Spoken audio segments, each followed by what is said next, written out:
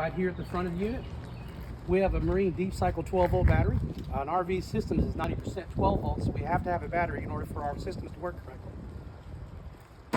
Underneath this cover, we have two 20-pound cylinders and a regulator cap.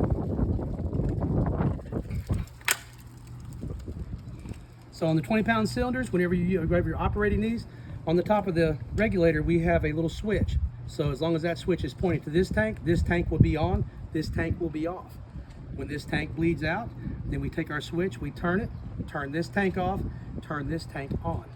Now, if you go to have one of the bottles filled and you go to leave for the day, when you take the bottle off, make sure both bottles are completely off. If you leave one bottle on, it will still bleed LP. So always make sure that one bottle is off.